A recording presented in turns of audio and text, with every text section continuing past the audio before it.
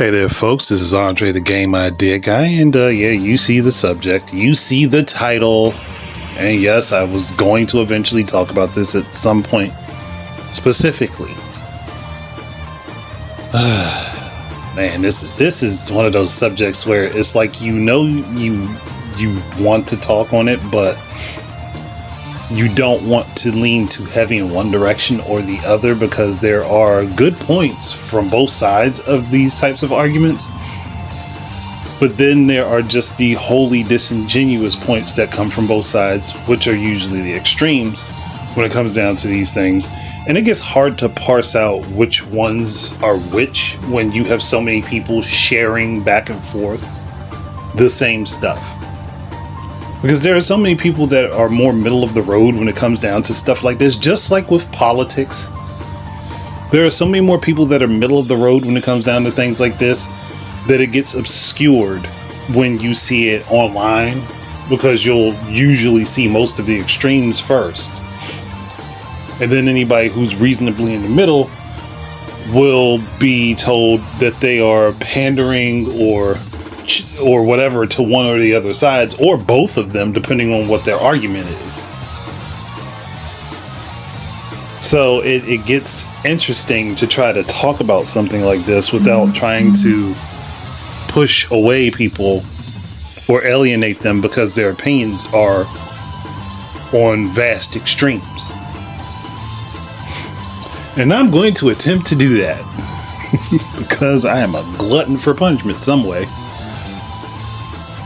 So, DEI,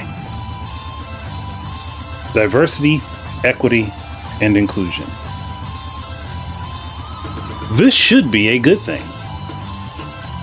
Should completely 100% be a good thing. The idea is a good thing.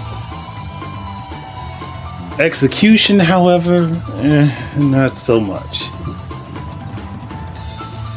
And this type of stuff started a while ago. Like, it's not new. It's just a new name on the same thing. I'm of the opinion that we do need diversity, equity, and inclusion. I, however, am not of the opinion that diversity, equity, and inclusion means singling out a particular type of person from something to give someone else a chance. Let me say that again. I'm not of the opinion that DEI should be used as a way to single out a particular type of person to give someone else a chance or opportunity. If we're talking about diversity, equity, and inclusion, then that means everyone should have a fair shot, no matter who they are, as long as they are within, the prerequisites of the thing that they are trying to do. Like, I'm not going to say, an IT specialist should now be allowed to become a neurosurgeon without the proper training. It just doesn't make any sense to go to that type of extreme. But I'm also not saying that, hey, Timothy over there is a young, white, mid-20s guy, shouldn't be allowed to write this story because the main character is an Asian woman. I understand that people who are closer to cultural things like that will have a better understanding of the things that go around those particular cultures. That doesn't mean that someone who's outside of that culture, who may appreciate it, who may have studied and learned about it very well, can't do an adequate job. It just means that they would have a separate perspective from someone who is completely ingrained into it. That's not necessarily a bad thing. It just makes it different. Different isn't bad. Different can work depending on how it's presented, how it's done. But when you make a game that's supposed to be centered in Japan, you shouldn't be worried about Caucasian males not being the main character, because obviously none of them should be, unless it's a specific time period or you are introducing the concept of a character visiting the area or being a part of, like, maybe they grew up there, maybe they were the outsider that just grew up there. That gives you a different perspective than someone who isn't an outsider who grew up there. It just depends on what you're trying to do, but it should never be under the guise of trying to push someone else out. That's not inclusion. Like, that's not inclusion in any way, shape, or form. That in and of itself is segregating. And if people think that segregating is bad, then you don't want to do something to segregate someone to push someone else. That's how a lot of things end up happening, where we get people arguing over the dumbest of things online. And that's how we get to the point where now in the US they're trying to turn slaves into basically indentured servants. But indentured servants weren't treated well either. The only difference is indentured servants could walk away to freedom if they chose, whereas slaves didn't really have a choice. And that may not even be completely accurate in and of itself, but that's the general flow of how things were taught when I grew up. Indentured servants did the same types of work that slaves did, but they got paid for it and they had the option to leave. Whereas slaves, yeah, they were forced into labor, beaten into submission if needed, forced to do a bunch of things that they may have not wanted to, and used in ways that aren't described in the history books.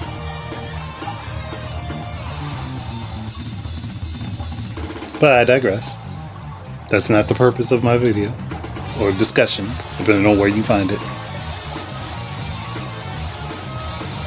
If you want things to be diverse, that means everyone has to be there.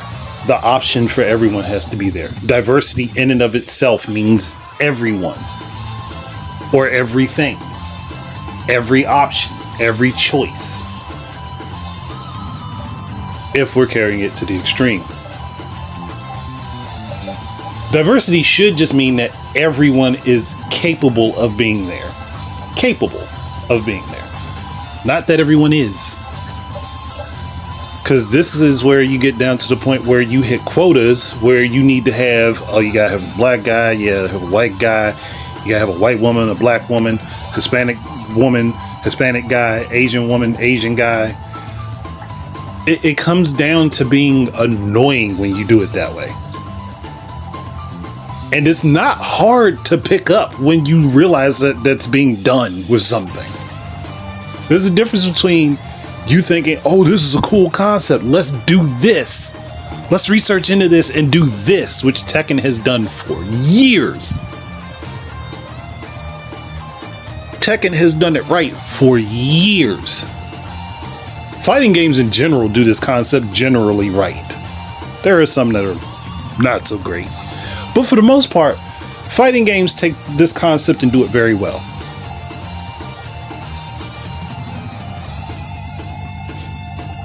But when you see it happen in the game, oh, well, she has to be, oh, she's a lesbian, so she has to have pink hair, wear ridiculously bright outfits, and she has to have the worst attitude ever. Why?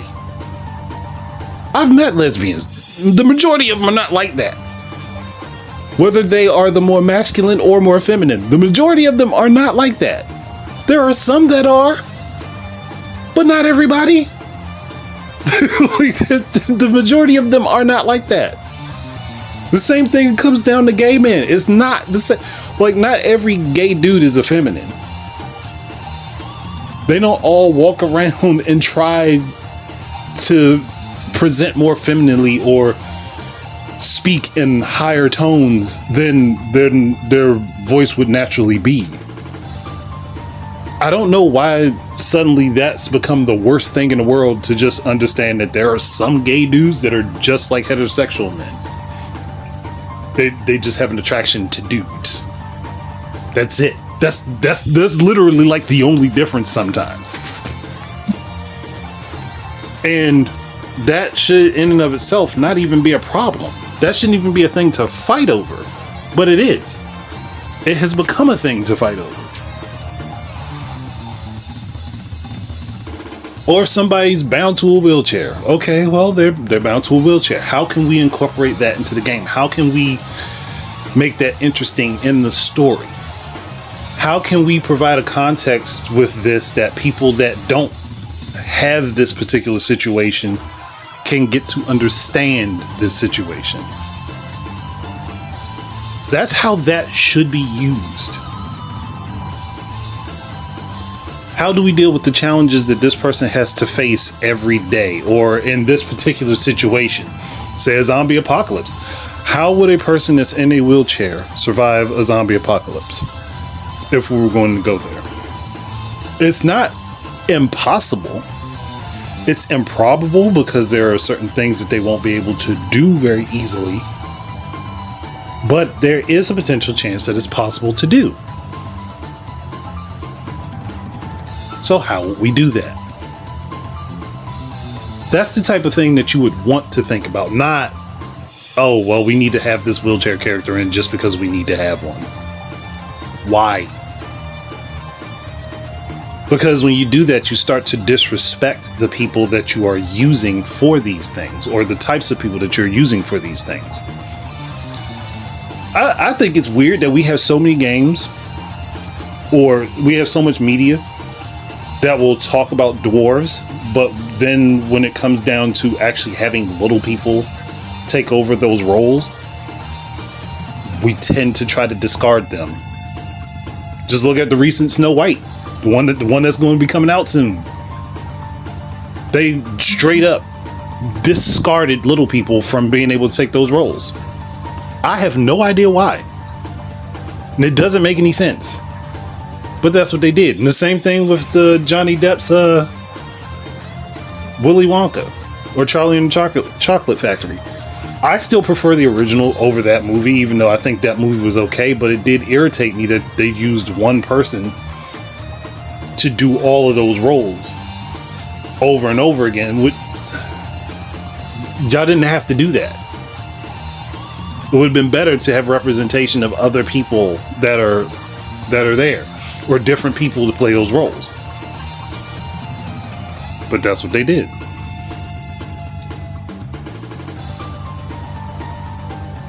And I understand, yeah, it was a cost-cutting measure. I get it. But with Snow White, it's not really a cost-cutting measure when the first group that you showed off looked like they belonged in potentially Pirates of the Caribbean. And then you went from them to CGI once you got called out. That can be annoying. And it is annoying for the majority of people that sit in the middle of these things. And the majority of people sit in the middle of these things.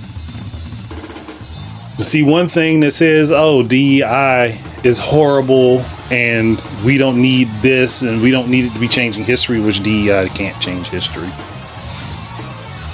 I don't know what people think about that. When it came down to Assassin's Creed Shadows, I don't know why everybody's touting that this is changing history. Unless someone's actually an animus and actually going into the past, and even then the games don't present it as a way to change the past, just to view the past. But unless someone's actually time traveling in some way, shape, or form, there is no changing the past. There's only changing how it's represented. There's only changing how people perceive it, how people see it. And even then, Assassin's Creed was never historically accurate. From the first game going forward. Draws inspiration from history, is not historically accurate. I've said this multiple times before.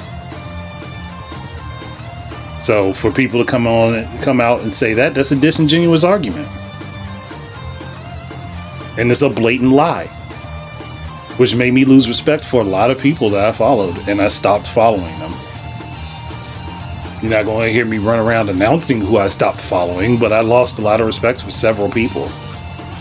And it's not just based on their skin color, it's just based on their attitudes. I understood that there was an argument going back and forth, but presenting disingenuous arguments like that were horrible. And to do that just because you see that you have a particular type of audience and they want to hear that from you, that to me is not a good take to make. Good that you know your audience. Good that you know your audience, but at the same time, if you say something that essentially puts you under fire like that, and it doesn't sound like a good argument to make, I wouldn't do it. I wouldn't do it. I understand we're all out here to make some money somewhere, but that is not the best way to go about it at all. Nope. Can't do it that way.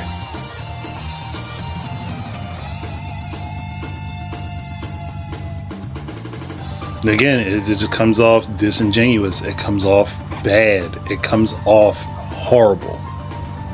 And it makes you look bad, which is the worst part.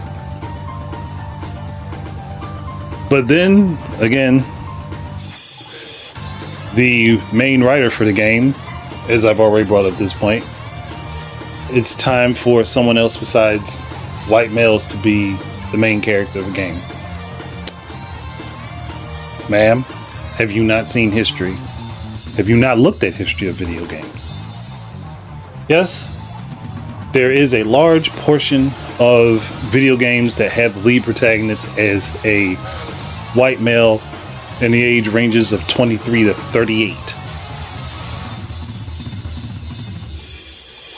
That's also a large portion of gamers. That's just a fact. Gaming itself is becoming more and more diverse as a community, but everybody's so hard on pushing what they want to say that they're not seeing the forest for the trees. We still had characters like Samus Aran. We still had characters like Clementine. We still had characters like Lara Croft. Gosh, I just named all women.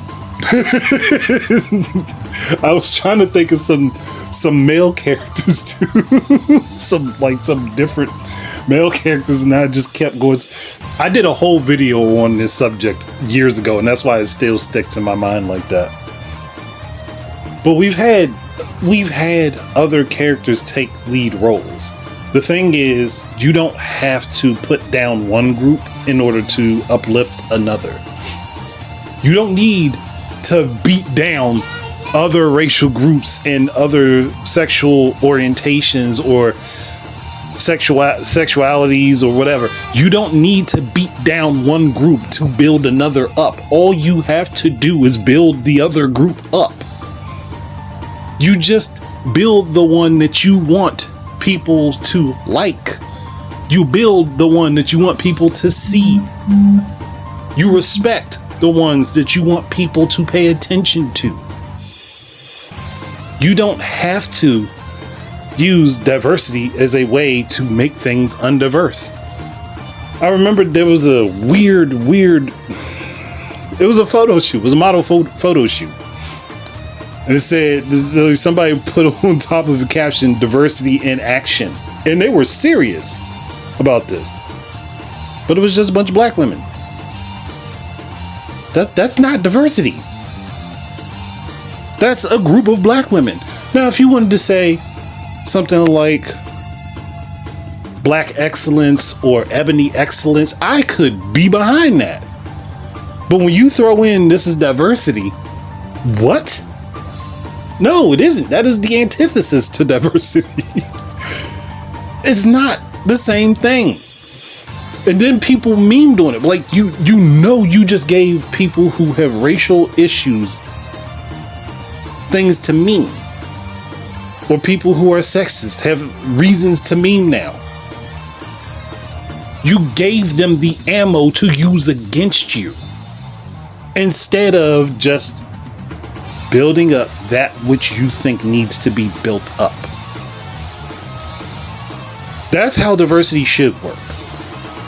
I see something that I think is interesting and I want to bring that thing to the forefront. I do that. I don't have to go and beat down this other thing that is in a similar vein but still slightly different. I don't have to put down these other people who may have a similar interest, but they're just not the same as me. That's not diversity. That in and of itself is hatred. Whether you would like to agree to whether or not that is hatred, that is hatred. Whether that is hatred of self and you loathe them because they potentially could be more successful than you, or you just hate them for their existence. That is just hatred. I don't care how you want to sugarcoat it. I don't care how you want to try to act like it's special. That's hatred. And we don't need to necessarily hate each other for any reason. I know that there are people that do. I can't change them. No skin off my nose. But at this point, when you have people who want to present themselves as having the higher moral ground or the better moral compass, and then you see these types of things from them, it puts into perspective that the people that they say that they are the most unlike, they are exactly like. Because again, they sit on the extremes. I sit in the middle. I sit in the middle because of how I grew up. I had friends of so many different denominations, so many different types of people when I was growing up, that I don't look at everyone that way.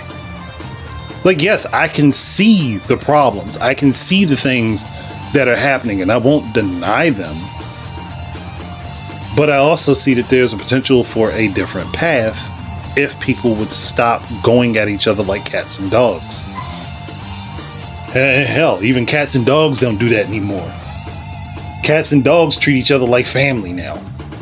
In a general scope, where you used to think that cats and dogs hated each other. No, they just had they were animals with different perspectives, but you put them in the same house and let them grow up together and they will treat each other with kindness.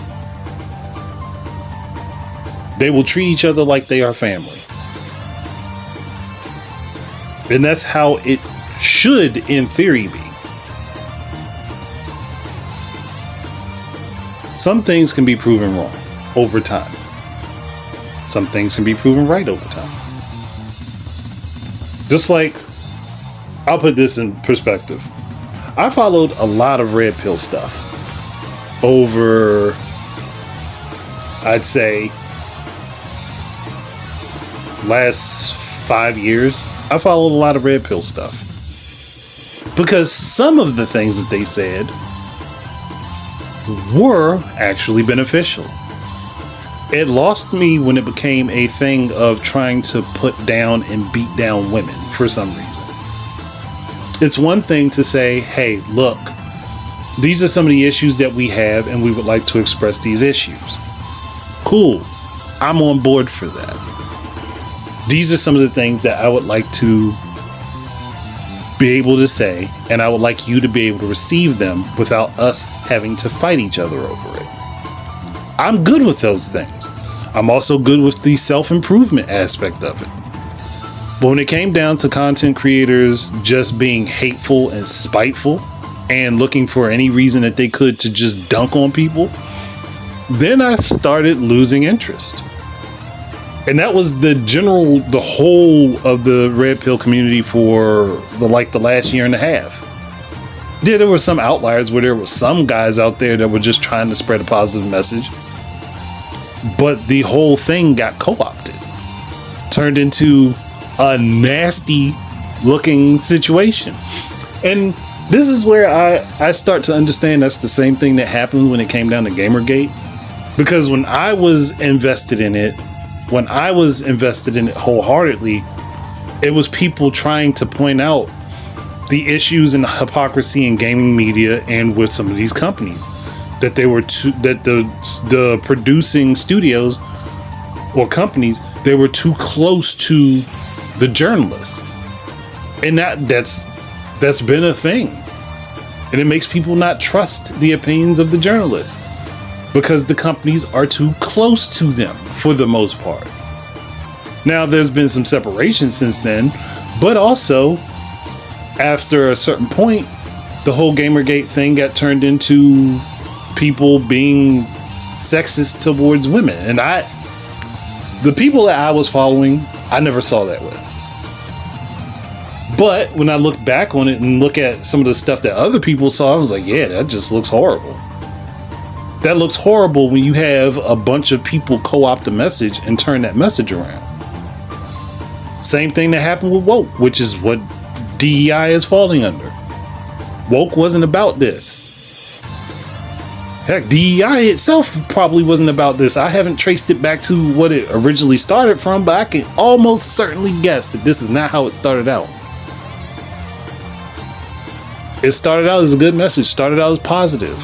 Just like body positivity started out as a good message, it started out positive. And we have people that take over these things and turn them negative. And when I look back at it, like, yeah, I see what people were talking about now. Because, again, when I was following all that was happening, I was for Gamergate. I was for it. And I was busy trying my best to help dispel some of the lies. But over time, the lies are what took over. That's why you had a Law and Order episode about Gamergate, which misrepresented everything. Even with the bull crap that was out there, it still misrepresented everything. Because then they turned it into gamers in general. And it sucks. When you want to be part of something that's bigger, that's better, something that is helpful to people, something that can bridge relationships, something that can create community and allow people to get together with and meet others that share their same interest and their love of a thing and their camaraderie, it becomes taxing to you mentally to have to keep fighting with people over it. And I don't want to do that. That's why I look at these things and I'm sitting here as like, I'm middle of the road on this, because if you're going to dedicate yourself to one extreme, you are going to have a flawed argument no matter what. You are going to have a flawed argument no matter what, because you are then lacking the perspective from the opposite side. And sometimes that's all you need, is the perspective from the opposite side. See what their arguments are. See where their gripes lie. I can see why there are a portion of the white male gamer section of the community that feels like they are being told that they don't matter, that they shouldn't exist. I can see that in general for the geek community as a whole. You know why I can see that? Because that was partially my experience. Yeah, I don't complain or whine about it because I was on certain Xbox Live chats or during certain game sessions in some games. That's partially why I lost interest in certain games, because the community behind them were filled with people who were bigoted. That was partially my experience, to feel like somebody was trying to erase me. And I can understand where they would feel like somebody's trying to erase them, at least the ones that, you know, weren't starting the trouble, weren't starting the fights, weren't starting the arguments. I can see why they would feel the way they feel. Because every message that's coming out now, in general, in the geek space, that the majority of people will see is guys don't matter, guys' opinions don't matter, and then specifically, white men don't need to exist. And I see it. I'm not going to say it's not there. I see it. But I also see the opposite side of that. I see the opposite messages where, hey, look at this. This is something that came from my family. I want to tell the history of my family, or I want to dedicate this to my father because this is important to me. I want people to see part of my culture. Or, hey, I want to show you that girls can work just as hard as guys. Maybe not get the same results. We can put in the effort just as much as guys can. Or for the black male perspective, I want you to see that I'm not just a bad person. I'm here trying to make do with what I have. I'm trying to show you that I can survive under almost any circumstance and still come out on top. There are positive messages to be found in this. There are negative messages to be found in this. What's important is parsing those things out. And if you sit on one extreme versus the other, you are doing yourself a disservice. No one should feel like they are being erased from something that they love and genuinely enjoy. But also, no one should feel like they are uninvited from something that they love and enjoy. That's the two sides of this that I see colliding a lot. And it's the people that are on the extremes that are doing the worst disservice to everyone. Because those people that are on the extremes are never willing to come to the middle and have any sort of discussion with each other to figure out what works for everybody. And you find that in so many different things that it's not even funny. It's like the human condition is to be stuck in constant conflict. No matter what's going on, we're constantly at odds with each other. And sometimes it's fun. Sometimes it's fun to be at odds with each other because competition spurs us to be better. But when it's not about the competition and it's just about putting someone else down, just about hating someone else, it becomes disgusting. That's not even the best word I can think of, but that's the cleanest word I can think of. It becomes disgusting. If you're for diversity, you're for equity, you're for inclusion, then you don't want to erase white males from the space. Simple as that. You don't want to erase them from the space because they are a part of the space. That's not to say that people can't have their own little communities. Where you could have a community for white gamers that hopefully doesn't have a bunch of racial stuff coming up about other people. But that could be said just about for any other community. But if the sole purpose is to find people that are like you to get together gaming parties and stuff like that, I'm behind it. I'm cool with it. I think that's amazing. But if your purpose is to get together a group of people to hate, to be nasty to other people, to cause problems for other people, yeah, I think that then your particular group should be removed, not the people who are like you.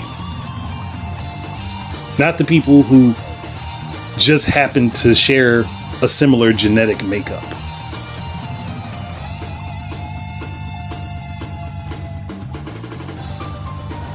I know I rambled, and I do apologize. I don't want to ramble, but there's so much to be talked about on something like this. It's hard to just be straight, concise, and to the point without being disingenuous. Because if you take these types of conversations and you remove nuance from them, then you're removing the soul of the argument. You're removing the soul of the discussion. And it kind of needs to have that in order for people to be able to be humanized through it. When you see others as they, or they're not us, they're separate from us, in a general scope, obviously there's going to be some differences in people. Obviously you're going to have differences based on how people behave. I'm more for you having the difference with someone based on their behavior versus you having a difference with someone based on what they look like.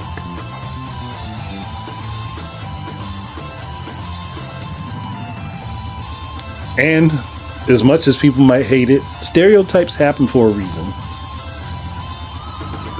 Now, are they all fair? No.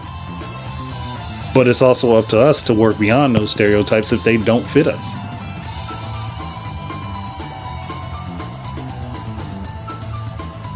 But if you immediately respond to someone negatively for having a criticism of you, and I mean a criticism of you, not them picking a fight with you, but just genuinely having a criticism of you. Like, hey, I think this could have been done differently.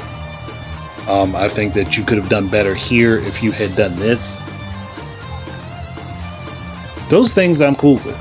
Now, somebody comes out the side of their mouth at you, like they're talking down at you, have at it. Do what you're going to do.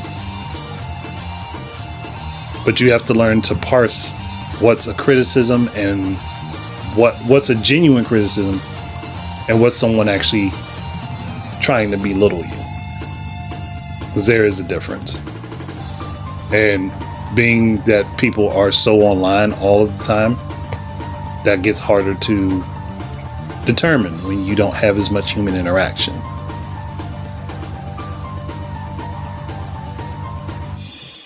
But I think I'm done. I can get off my soapbox. If there's anything that anyone thinks I may have missed, please provide that context down below or in wherever you can comment. Depends on where you're listening to this from. I'm not trying to sound holier than thou, because obviously I am not.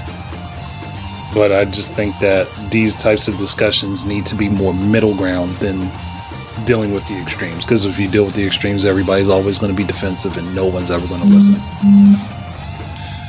So with all of that said, I'm going to go ahead and close this down. If you enjoyed this discussion, I likely will do more like it. Probably won't be very often, but I likely will do more like it. If you're not subscribed, please do. It would be very helpful to the channel, and I'm trying to grow it to do some things, do more with it than I currently can. Otherwise, thank you guys very much for listening in. Keep your eyes and ears up for more stuff from me, and until the next time, enjoy your games, and peace out, everybody.